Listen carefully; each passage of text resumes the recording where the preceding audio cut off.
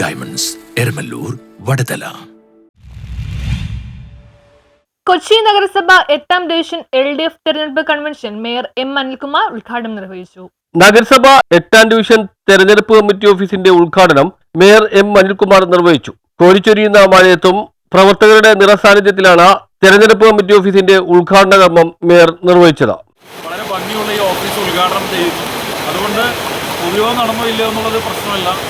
കോർപ്പറേഷൻ്റെ മേയർ എന്നുള്ള നിലയിൽ, LDFിൻ്റെ സെക്രട്ടറി എന്നുള്ള നിലയിൽ ഇത്രയും ഗംഭീരമായ ഒരു കാര്യം ചെയ്തത് സഖാവ് ഗിരീഷാണ് എന്ന കാര്യം. കൊച്ചിയിൽ കോരിച്ചൊരിയുന്ന മഴയാണ്. ഓഫീസ് ഉദ്ഘാടനത്തിന് വരുമ്പോൾ ഇതുവരെ ഉള്ള 76 ഡിവിഷനിൽ പല യോഗങ്ങൾക്കും ഞാൻ പോയിട്ടുണ്ട്. പക്ഷെ സഖാവ് ഗിരീഷിനെ പോലെ ഇത്രയും ആത്മാർത്ഥമായി ഒരു ഓഫീസ്. പിന്നെ എന്നെ ഏറ്റവും കൂടുതൽ സന്തോഷിപ്പിച്ചത് ഞങ്ങൾ കോർപ്പറേഷൻ അടിച്ച വികസന സപ്ലിമെൻറ്റിനെ വെല്ലുന്ന ഒരു ഉഗ്രം ബോർഡ് ഇപ്പുറത്ത് വെച്ചു. അപ്പോൾ ഈ മഴയത്തും നിങ്ങളുടെ ഒരാളുടെ പോലും ആവേശം കുറഞ്ഞിട്ടില്ല.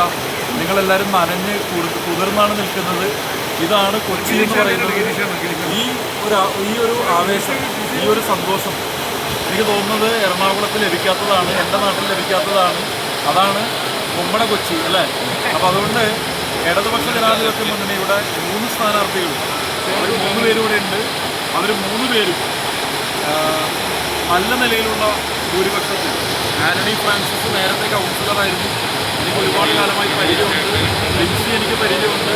അതുപോലെ തന്നെ നമ്മുടെ ജൂഡിൻ്റെ റോസലി ജൂഡ്, 3 പേരെയും ആത്മാർത്ഥമായി എല്ലാ നിലയിലുമുള്ള ആശംസകൾ അറിയിക്കുന്നു. LDF ജയിക്കട്ടെ എന്നാണ് ഈ മഴ പറയുന്നത്. എല്ലാവർക്കും ആശംസകൾ. CPIM ജില്ലാ കമ്മിറ്റി അംഗം KM Riyad, CPI Thoppumpady local committee secretary KB Salam, സ്ഥാനാർത്ഥികളായ റോസ്ലി ജൂഡ്, വിൻസി ബൈജു, ആന്റണി ഫ്രാൻസിസ്, മുൻ councillor Valsala Girish, CPIM Panayappilly local committee secretary PS Girish ഉൾപ്പെടെയുള്ളവരും ചടങ്ങിൽ സന്നിഹിതരായിരുന്നു. News bureau, Mattancherry.